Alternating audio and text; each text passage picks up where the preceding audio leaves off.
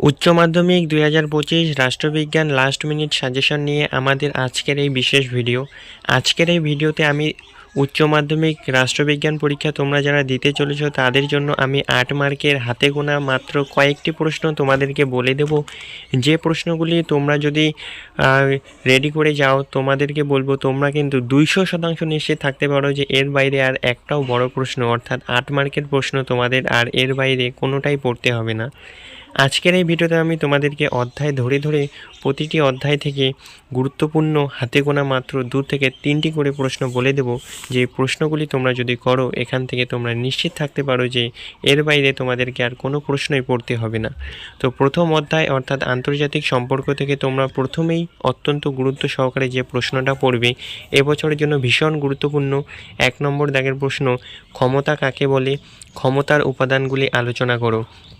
এর অথবা হিসেবে তোমরা পড়তে পারো 2 নম্বরে জাতীয় স্বার্থের সংজ্ঞা দাও, জাতীয় স্বার্থ রক্ষার উপায়গুলি সংক্ষেপে আলোচনা করো বা জাতীয় স্বার্থের প্রকৃতি ব্যাখ্যা করো।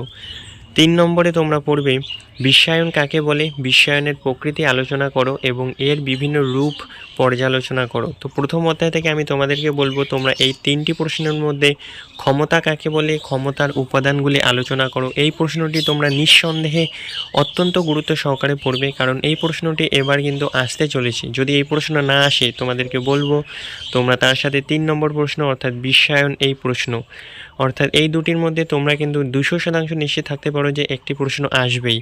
পরে দেখা গেল যে অথবা সহ 2টি প্রশ্নই কিন্তু আসতে পারে। এর পরবর্তী অধ্যায় তোমরা দেখবে পঞ্চম অধ্যায়। তোমরা জানোই যে দ্বিতীয়, তৃতীয়, চতুর্থ থেকে তোমাদের কেবলমাত্র শর্ট প্রশ্ন হয়ে থাকে।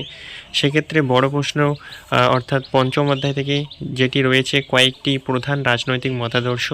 তো এই অধ্যায় থেকে অত্যন্ত গুরুত্ব সহকারে পড়বে তোমরা 1 নম্বরে উদারনীতিবাদ কাকে বলে, এর বৈশিষ্ট্যগুলি আলোচনা করো। ভীষণ গুরুত্বপূর্ণ এবছরের জন্য, তোমরা অবশ্যই ভালোভাবে প্র্যাকটিস করবে। 2 নম্বরে পড়বে মার্ক্সের রাষ্ট্র সম্পর্কিত তত্ত্বটি আলোচনা করো। ভীষণ গুরুত্বপূর্ণ এই দুটি। তবে এই দুটির মধ্যে আমি তোমাদেরকে প্রেফার করব অবশ্যই উদারনীতিবাদ কাকে বলে এর বৈশিষ্ট্যগুলি আলোচনা করো। এটা অত্যন্ত গুরুত্ব সহকারে পড়বে এবছরের জন্য। ষষ্ঠ অধ্যায় সরকারের বিভিন্ন রূপ। এই অধ্যায় থেকে তোমরা প্রথমেই পড়বে 1 নম্বর বিচার বিভাগীয় সমীক্ষা বলতে কী বোঝো, বিচার বিভাগের স্বাধীনতা কিভাবে সংরক্ষিত হয় তা ব্যাখ্যা করো।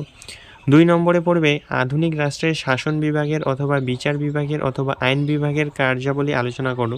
এখানে 3টি প্রশ্ন রয়েছে, তোমরা একত্রে পড়বে শাসন বিভাগ, আইন বিভাগ এবং বিচার বিভাগের কার্যাবলীগুলি। 3 নম্বরে পড়বে ভীষণ গুরুত্বপূর্ণ ক্ষমতা স্বতন্ত্রীকরণ নীতি কী বা ক্ষমতা স্বতন্ত্রীকরণ নীতি কাকে বলে, ক্ষমতা স্বতন্ত্রীকরণ নীতির পক্ষে ও বিপক্ষে যুক্তিগুলি আলোচনা করো। 4 নম্বর এক কক্ষ অথবা দ্বিকক্ষ বিশিষ্ট আইনসভার পক্ষে ও বিপক্ষে যুক্তি দাও। এক্ষেত্রে আলাদাভাবেও আসতে পারে এই প্রশ্নটি, এক কক্ষ বিশিষ্ট আইনসভার পক্ষে বিপক্ষে, অথবা এভাবে ঘুরিয়ে আসতে পারে যে দ্বিকক্ষ বিশিষ্ট আইনসভার পক্ষে ও বিপক্ষে যুক্তি দাও। এক্ষেত্রে তোমাদেরকে আমি প্রেফার করব অবশ্যই 2টি প্রশ্নই ভালোভাবে পড়বে। পরবর্তী অধ্যায় সপ্তম অধ্যায় এবং এই অধ্যায় থেকে কিন্তু তোমাদের একটি প্রশ্ন থাকবে। আমি ন্যূনতম 2টি প্রশ্ন বলবো, এই 2টি প্রশ্নই কিন্তু অথবা সহ চলে আসবে। 1 নম্বরে পড়বে ভারতের অঙ্গরাজ্যের মুখ্যমন্ত্রীর ক্ষমতা ও পদমর্যাদা আলোচনা করো। এই প্রশ্নটি কিন্তু ঘুরিয়ে আসতে পারে যে ভারতের কোনো একটি অঙ্গরাজ্যের মুখ্যমন্ত্রীর ক্ষমতা ও কার্যাবলী আলোচনা করো। প্রশ্নের উত্তর কিন্তু একই হবে। 2 নম্বরে তোমরা পড়বে ভারতের রাষ্ট্রপতির ক্ষমতা ও কার্যাবলী ও পদমর্যাদা আলোচনা করো।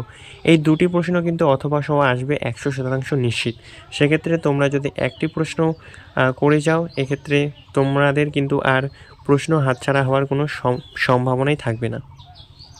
পরবর্তী অধ্যায় অষ্টম অধ্যায় ভারতের আইন বিভাগ। এই অধ্যায় থেকে 1 নম্বরে পড়বে তোমরা ভীষণ গুরুত্বপূর্ণ ভারতীয় পার্লামেন্টের আইন পাশের পদ্ধতি ব্যাখ্যা করো।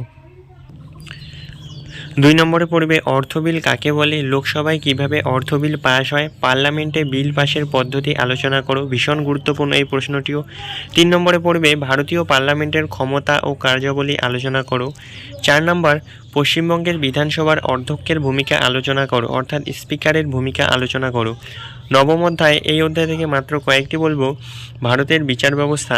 1 নম্বর প্রশ্ন ভারতের সুপ্রিম কোর্টের গঠন ও কার্যাবলী আলোচনা করো। ভীষণ গুরুত্বপূর্ণ অর্থাৎ এই প্রশ্নটি কিন্তু তোমরা নিশ্চিত যে আসতে চলেছে।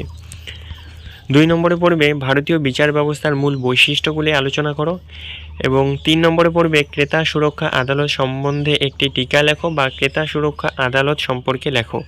4 নম্বর, ভারতের লোক আদালতের গঠন, ক্ষমতা ও কার্যাবলী আলোচনা করো। তো এই ছিল মাত্র হাতে গোনা কয়েকটি প্রশ্ন। তোমাদেরকে আমি 200% নিশ্চিত গ্যারান্টি দিব যে এই প্রশ্নগুলি যে আমি বললাম, এই প্রশ্নগুলি তোমরা যদি প্র্যাকটিস করো বা এই প্রশ্নগুলি তোমরা যদি করে যাও, এর বাইরে তোমাদের আর একটি প্রশ্ন আসবে না। এক্ষেত্রে আমি তোমাদেরকে 200% গ্যারান্টি দিলাম। তো এই ছিল আজকের ভিডিওটি কেমন লাগলো অবশ্যই জানাবে। চ্যানেলে নতুন হলে চ্যানেলটিকে সাবস্ক্রাইব করে পাশে থাকা বেল আইকনটি প্রেস করবে।